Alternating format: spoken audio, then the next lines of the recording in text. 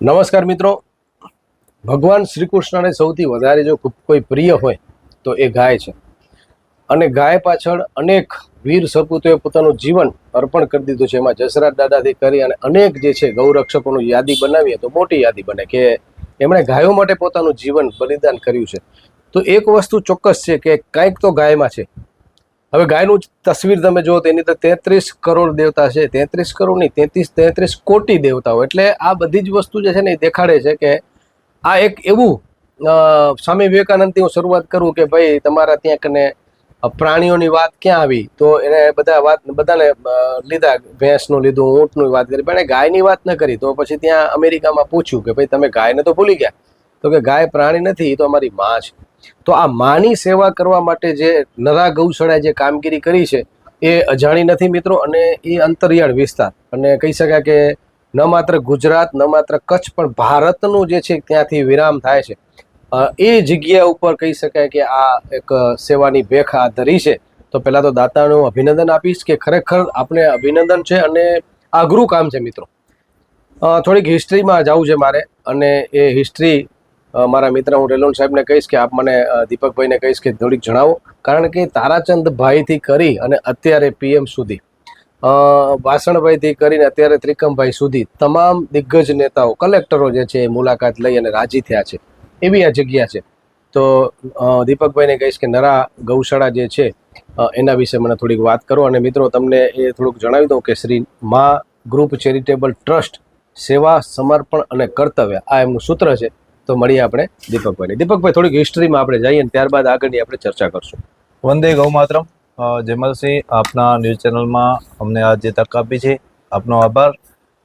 વિશેષ કરીને 2013માં શ્રી ભરતભાઈ બારુ જેઓ મુંબઈથી દયા પર પધાર્યા, અને સંજોગે અમારી એમની સાથે મુલાકાત થઈ અને એમણે એવી વાત કરી કે મારે ગૌ સેવા કરવી છે. તો એક ગાય માતાની પ્રેરણા અંદરથી અવાજ નીકળી ગયો કે ગૌ સેવા કરવી છે કે ગૌશાળા બનાવી છે. તો કે તમે લોકો કામ કરો તો અમે ગૌશાળા પણ બનાવશું અને મુંબઈ ગરાઓ પાસેથી અમે ચોક્કસપણે પૈસા લઈ આવશું, પણ કાર્ય તમારે કરવાનું છે.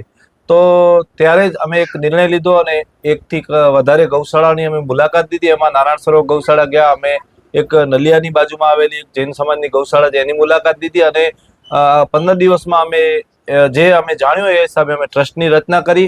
અને ત્યાંના સ્થાનિક એટલે કે દયાપર આજુબાજુના 6 ટ્રસ્ટી અને 7મા ટ્રસ્ટી તરીકે એકમાત્ર ભરતભાઈ બારુ રહ્યા, અને ટ્રસ્ટની રચના થઈ ગઈ. અને તે વખતે ગૌ સંવર્ધન મિનિસ્ટર શ્રી તારાચંદભાઈ છેડાએ અમારા ટ્રસ્ટની ઓફિસના કાર્યાલયનું એમણે રિબિન કાપીને ઉદ્ઘાટન કર્યું. તત્કાલીન ત્યારના કલેક્ટર શ્રી મહેન્દ્રભાઈ પટેલ પણ ઉપસ્થિત રહ્યા એ કાર્યક્રમમાં.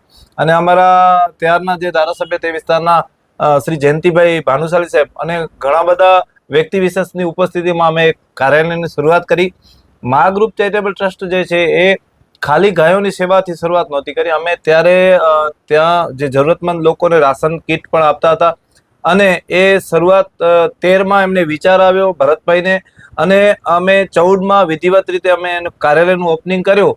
અને પછી ત્યારે આપણા વિનોદભાઈ ચાવડા સાહેબ સાંસદશ્રીએ ત્યાં ખાતમુહૂર્ત કર્યું, ગૌ સંવર્ધન મિનિસ્ટરથી કરીને ઘણા બધા લોકો. અને પછી ધીમે ધીમે મુંબઈ ગરાઓ ટ્રસ્ટી તરીકે ઇન થયા. એમાં મહેન્દ્રભાઈ ચંદન ભામાસાને કેમ ભૂલવું, અશ્વિનભાઈ, હરીશભાઈ, લહેરીભાઈ છે, આ પાછળથી અમારા સમીરભાઈ પણ જોડાણા. ઘણા બધા ટ્રસ્ટીઓએ ખૂબ સાથ સહકાર આપ્યો, અને અત્યારે આ એક રણમાં મીઠી વીલી સમાન એક ગૌશાળાનું નિર્માણ થયું છે. અને આગામી સમયમાં જે વાત છે એ જયમાલભાઈ અમારા બીજા ટ્રસ્ટી પણ કરશે. ક્યાં બાત હે. તો મિત્રો તમે જાણ્યું ને કે કઈ રીતે એ ત્યાં સપાટ ભૂમિ, અને આજે તમે ત્યાં જશો એટલે તમને રાજીપો થશે. અને સાહેબ એટલા બધા પ્રયોગ થયા છે અને પ્રયોગ સફળ થયા છે એનો હું સાક્ષી રહ્યો છું. કારણ કે ભામાસા હોય, મહેન્દ્રભાઈ ચંદન, અશ્વિનભાઈ હોય, ભરતભાઈ હોય, દીપકભાઈ હોય, આ તમામ ટીમ છે ને સાહેબ, દિવસ રાત એક કરી અને એ ખરેખર એ રણમાં મીઠી વીરડી સમાન છે. તો મળશું આપણે અશ્વિનભાઈ ચંદનને. અને કારણ કે આ ઓફિસમાં ઘણી વાર તે મુલાકાત લીધી છે ત્યારે જોડી આવે, રામ લક્ષ્મણ કયો કે જય વીરુ કયો. કારણ કે એ જોડી આજે તૂટી ગઈ છે, પણ એમનો હોસલો આપવા માટે મહેન્દ્રભાઈની જે છે એ કમી જે છે યુવાનો પૂરી રહ્યા છે. એટલે હું ખરેખર એમને અભિનંદન આપીશ. મળી અશ્વિનભાઈને. અશ્વિનભાઈ, અનેકવાર આપ મા ન્યૂઝની મુલાકાત લીધી છે, પણ આજે મને થોડુંક રાજીપો એ છે કે થોડુંક નવું નિર્માણ થઈ રહ્યું છે.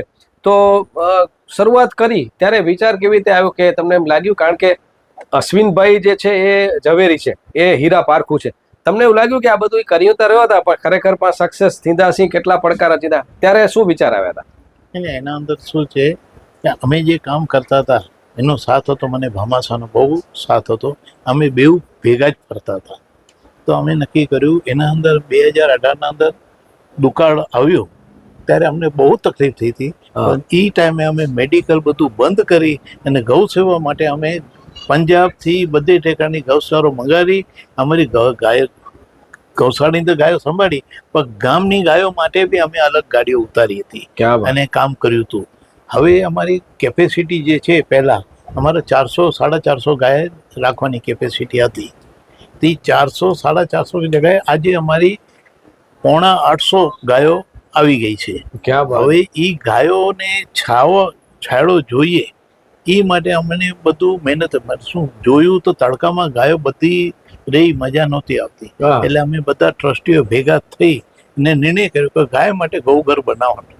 કોઈ બી હાલત કાંઈ બી થાય, ક્યાંથી બી પૈસા ભીખ માંગવા પડે તો બી આપણને બનાવો, એ નિર્ણય કરી અને આજે અમે 1000 ગાયો રહી શકે એટલું બીજું 1000 ગાય રાખવા માટેનો ગૌશાળાના ગોઠા બનાવ્યા. જી અશ્વિનભાઈ, મેં ત્યાંનું ઘાસનો જે ગોડાઉન જોયો એ મને ખરેખર અદ્ભુત લાગ્યો છે, કારણ કે ઘણી ગૌશાળાની મુલાકાત લીધી છે, પણ નરા ગૌશાળાનો જે છે ખરેખર સ્ટોરેજ જે છે, કારણ કે એ અદ્ભુત છે. એ આખા નિર્માણમાં પછી સમયાંતરે તમે અલગ અલગ કેટલો પડકાર આવ્યો, કેટલા કષ્ટ આવ્યા, કઈ રીતે પાર પડી હોય બધું? આના અંદર શું થઈ ગયું, આ ગાયનો ગોઠવો તો અમારો દેવની કૃપાથી, ગાયોની કૃપાથી વચમાં જે આગનો બનાવ બન્યો એના અંદર તમારું બહુ ઘાસ બળી ગયું હતું. જી સમીરભાઈ ત્યારે તાત્કાલિક દોડ્યા હતા, સમીરભાઈ ને બધા દોડ્યા હતા. અમે તો કચ્છમાં, અહીંયા મુંબઈમાં હતા, પણ એ લોકો ત્યારે ને ત્યારે 2 કલાકમાં ત્યાં પહોંચી બધું ફાયરનું ને બંદોબસ્ત કરી અને 3 દિવસ સુધી ઘાસ ઓલાવવામાં ત્યાં જ રોકાઈ ગયા હતા આ સમીરભાઈ, લોકલ બોડી બધા. જી જી. તો અમને તે બહુ સાથ થયો ને એના અંદર અમારું આજે મોટું ગોડાઉન ને એ થોડું બચી ગયું, એમ નહીં તો અમારું તો હાલત જ ખરાબ હતી. એ ગોડાઉન અંદર 1 વર્ષ સુધી ગાય ઘાસ રાખેલું હતું ગાય માટે. પણ એ બીજું અમારું નવો જે ભરતી કરવા માટે અમે જે બહાર સુકાવા રાખેલું એ બધું બળી ગયું. એના અંદર બહુ જ નુકસાન થઈ ગયું, તરત ખરીદેલું હતું. અને એ પછી આવા જોયું તો પછી આજે હમણાં જે તડકાના હિસાબે ગાયો જે વધી ગઈ, હવે એના માટે અમને નવા ગોઠા બનાવવા પડે. એટલે ગૌઘર અમે બીજા નવા બનાવ્યા. હમણાં 4 મોટા ગૌઘર બનાવી દીધા છે. એના અંદર અલગ અલગ નવી પદ્ધતિ બી ઘાસ કરી કે કેમ ઓછા માણસોમાં ગૌનું સંવર્ધન થાય ને ધ્યાન રખાય, એ બધું અમે કર્યું છે. તો અમે તો આપને કહીએ છીએ જમલભાઈ, તમે પોતે આનું રૂબરૂ જુઓ. જી, બેસાતા ચોક્કસ. એટલે આપણે 31 તારીખનો પ્રોગ્રામ છે અને હું આગળની જે છે ભૂમિકા એ અન્ય ટ્રસ્ટી પાસેથી જાણીશ. અને મિત્રો, તમને જણાવી દઉં કે નરા કચ્છ ગૌશાળા ખાતે સંતો મહંતોની ઉપસ્થિતિ હશે, રાજકીય અગ્રણીની ઉપસ્થિતિ હશે, પણ ખૂબ જ કારણ કે વિચારધારા જે છે એમની રાષ્ટ્રપ્રેમની વિચારધારા છે ટ્રસ્ટીઓની, એટલે ખૂબ જ સંયમથી આ કાર્યક્રમ જે છે એ ઉજવશે. પણ લોકો પોતાની રીતે સાદાઈથી જે છે ત્યાં કને આવે. વધારે પડતી ગાડીનો નહીં, એક ગાડીમાં 4 થી 5 જણા તમે આવી શકો, તો 2 ગાડી આપણે નહીં કરવાની. એટલે સંયમથી જે છે આખું આયોજન એ લોકો કર્યું છે અને અભિનંદન આપશું. નજીકના લોકો જે છે એ બને એટલા જે છે પગપાળા આવશે. તો આ બધી વ્યવસ્થા જે છે કરી, એટલે મને એના માટે પણ હું અભિનંદન આપીશ. તો ગૌઘરનું ઉદ્ઘાટન જે છે પત્રિકા હાથમાં તમારી પાસે હશે જ, તો મારે એ જાણવું છે કે પ્રથમ જે છે આખું આયોજન 31 તારીખનો કઈ રીતે આયોજન છે, સવારથી શું પ્રોગ્રામ છે, મને થોડુંક તમે જણાવજો. તમારો પરિચય પહેલા આપજો અને સમગ્ર કાર્યક્રમ વિશેની માહિતી આપજો. જય ગૌ માતા. મારું નામ છે હરેશ આહિયા. હું મહાગૃપ ચેરિટેબલ ટ્રસ્ટમાં છેલ્લા 7 વર્ષથી જોડેલો છું. કારોબારી પ્રમુખ તરીકે મને જવાબદારી આપી હતી અને બહુ સારી રીતે મેં પાર પાડી. 6 વર્ષ પછી કારોબારી પ્રમુખમાંથી મને ટ્રસ્ટી પદમાં લીધું અને ટ્રસ્ટી પદથી હવે અમે બધા ખભે ખભા મળાવીને જેમ પહેલાં બી કામ કરતા એમ કરીએ છીએ. અમારી ગૌશાળામાં જ્યારે 2014માં શરૂ થઈ, 6 ગાયથી શરૂ થઈ હતી. આજે અમારી પાસે 850 ગૌવંશ છે. 850 ગૌવંશને રહેવા માટે જે સેટ જોઈએ એ સેટ અમારી પાસે પૂરતા ન હતા. 400-450 ગૌવંશ એમાં આવતા હતા. જ્યારે ઠંડી, વરસાદ અને ગરમી એ 3 સિઝન હોય, એ 3 સિઝનથી ગાયને બચાવવા માટે અમારી પાસે કોઈ ઉપાય નહોતો. એમાં ગરમીમાં એટલી પરિસ્થિતિ ખરાબ હતી કે અમે અર્જન્ટમાં હમણાં એક ટેમ્પરરી શેડ બનાવ્યું, પણ એના પતરા ઉડી ગયા. એના પછી અમે તાલપત્રી નાખીને એમને જેમ છાંયડો થાય એવી કોશિશ કરી ને અર્જન્ટમાં કન્ટિન્યુઅસ 15 દિવસે અમારા ટ્રસ્ટીઓ અહીંયા આવીને કામ ઉપર દેખરેખ કરે. અને અમે આ છેલ્લા 2 મહિનાની અંદર 4 મોટા શેડ બનાવ્યા, જેની અંદર 500 થી આસપાસ, ને પહેલા અમારી પાસે 400-500 ને રહેવાની જગ્યા હતી. 1000 ગૌવંશ માટે અમે સગવડ કરી લીધી છે. અને એ શેડ માટે બધા દાતાઓને સપોર્ટ હતો. અમે બધા પાસે એવી રીતના જ માંગ કરી કે ગાય માતાને ઊભું રહેવા માટે ગાયનું ઘર એટલે આપણે કહીએ એક ગાય માટે ઊભું રહેવા માટે 7200 રૂપિયા. એવી રીતના ઘરના ટીપે ટીપે સર્વર ભરાય એ પ્રમાણે એ ગૌવંશ માટે જે ફંડ આવ્યું એનાથી અમે શેડ બનાવ્યું. ને આગળ પણ એવી રીતના બધાના સાથ સરકારથી હજી પણ અમે ગૌવંશ વધશે તો આવી બધી સુવિધા કરશું. અને એના માટે તમારો બધાનો સાથ સરકાર જોઈએ. પ્લસ 31 તારીખના અમે ગૌઘરની ઓપનિંગ રાખી છે. એની અંદર તમે સર્વ પધારો, જુઓ આ ગૌશાળામાં કેવી ગાયની સેવા થાય છે. તમે પણ જોડાવો અને બીજાને પણ જોડો. બસ એવી જ પ્રાર્થના. જય ગૌ માતા. અને ખાસ કરીને રાજકીય અને સામાજિક અગ્રણીઓ કોણ ઉપસ્થિત રહેવાના છે, તો મળીએ આપણે દીપકભાઈ. જય ગૌ માતા. જમાલસિંહ, હું શરૂઆતમાં એક વસ્તુ કહેવાનું રહી ગયું કે આ જે ગૌશાળા છે એ ગૌશાળામાં સ્થાનિક ટ્રસ્ટીઓનો ખૂબ સહયોગ હતો શરૂઆતમાં, ને અત્યારે પણ જોડાયેલા છે, ભવિષ્યમાં જોડાયેલા રહેશે. અને વિશેષમાં આ જે કાર્યક્રમ થઈ રહ્યો છે એ કાર્યક્રમ 31 મેના જે મેં પહેલા પણ વાત કરી કે આ રણમાં મીઠી વીરડી સમાન જે ગૌશાળા છે એ ગૌશાળા શ્રી મહાગૃપ ચેરિટેબલ ટ્રસ્ટ, અને એનો જે કાર્યક્રમ છે એમાં ઘણા બધા સંતો પધારવાના છે. આમ તો મુખ્ય અમારા સ્થાનિક જે સંતો છે ત્યાં બધાના આશીર્વાદ હંમેશા મળતા રહે છે. તે પૈકી મહામંડલેશ્વર શાંતિદાસજી બાપુ પધારવાના છે. આઈ શ્રી ચંદુમા ગઢસીસાથી જે હંમેશા ગાય માટે એમના કોઈ મારી પાસે શબ્દો ઓછા પડે એવા આઈ શ્રી ચંદુમા પધારવાના છે. સ્થાનિક જે ગુનેરી ગુફા છે ત્યાંના મહંત શ્રી અશોક ભારતીજી બાપુ પધારવાના છે. તેમજ ખાસ વિશાલ કૃષ્ણ જોશીજી જે આપણા કથાકાર છે ને એવો અમારા ટ્રસ્ટ સાથે જોડાયેલા છે.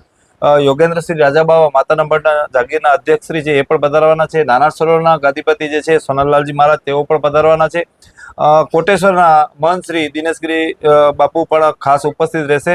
અને ત્યાં સ્થાનિકમાં જે ઉગમસિંહ બાટીનો ધૂણો છે એમના મહંત શ્રી રાજનગીરી બાપુ પણ પધારવાના છે. અને ખાનાઈથી ખાસ ચેતનસિંહ દાદા તુંવર પણ પધારવાના છે. અને આ કાર્યક્રમમાં બીજી વખત આ ગૌશાળામાં કોઈ મિનિસ્ટર આવતા હોય એવી અમને ખાતરી જેમના તરફથી મળી છે એવા ત્રિકમભાઈ છાંગા સાહેબ, જેઓ પણ ગુજરાત રાજ્યના મંત્રીશ્રી છે અને તેઓ પણ ખાસ ઉપસ્થિત રહેશે.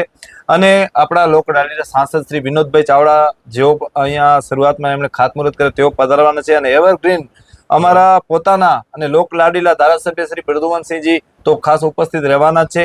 તો આ બધા અગ્રણીઓ સાથે ત્યાંના લોકલ જે ખૂબ વ્યક્તિ વિશેષ કહી શકાય એવા રાજુભાઈ સરદાર અને આ બધા સંતો મહંતો અને રાજકીય આગેવાનોની હાજરીમાં આ કાર્યક્રમ થવા જઈ રહ્યો છે. ત્યારે આપના ચેનલના માધ્યમથી એટલો કહીશ કે આપ સૌ કચ્છભરમાંથી, ગુજરાતભરમાંથી અને ભારતભરમાંથી સૌ ગૌ પ્રેમીઓ પધારો. અને આ એક ગૌ ઘર બની રહ્યું છે. અને આ જે સંસ્થા છે એના વિશે અગાઉ પણ જાણ કરી એમ અમે કંઈક હંમેશા અલગ કરતા હોઈએ છીએ. અમારા ટ્રસ્ટીઓ કંઈ અલગ વિચારતા હોય છે. આપ સૌને ખબર છે કે ગૌ મુક્તિ ધામનું નિર્માણ થયું જે કદાચ ગુજરાતની પહેલી ગૌશાળા હશે. એવી જ રીતે આ ગૌ ઘર પણ બની રહ્યું છે. અને આમાંથી લોકો પ્રેરણા રહેશે કે ગાય છાયણામાં રહે. ખાવાનું તો મળે છે પણ આ ગરમીમાં 46 કે 45 ડિગ્રીમાં પણ જો ગાયને છાયણો મળે એવો વિશેષ પ્રયાસ દાતાઓના ખાસ સહયોગથી જમાલભાઈ જ્યારે આ ટ્રસ્ટીઓએ અને બધાએ કર્યો છે ત્યારે હું સૌને ફરી એક વખત હૃદયપૂર્વક આમંત્રિત કરું છું કે આપ ચોક્કસપણે આ ગૌશાળાની મુલાકાત લો અને આપને એમ યોગ્ય લાગે તો આ સંસ્થાને કઈ સહયોગ પણ કરી શકો છો એવી હું અપીલ પણ કરું છું. અસ્તુ. જય ગૌ માતા. શ્રી મહાગૃપ ચેરિટેબલ ટ્રસ્ટ નરા 2014માં 5 થી 6 ગાયોથી લઈને શરૂઆત થઈ હતી. જે આજે 850 ગાયો છે ત્યાં છે. જે કોઈ બી ત્યાં માતાના મઢ નારાયણ સરોવર આવે તો અવશ્ય Shri Mahagroup charitable trust Nara Dayapar Hajipar road પર આવેલી છે, તો અવશ્ય ત્યાં પધારજો. અને સ્કૂલના છોકરાઓ બી ત્યાં આવે, સ્ટુડન્ટ ત્યાં આવે તો એકવાર અવશ્ય એ લોકોને બી ત્યાં મુલાકાત લેવા માટે જરૂર લઈ આવજો.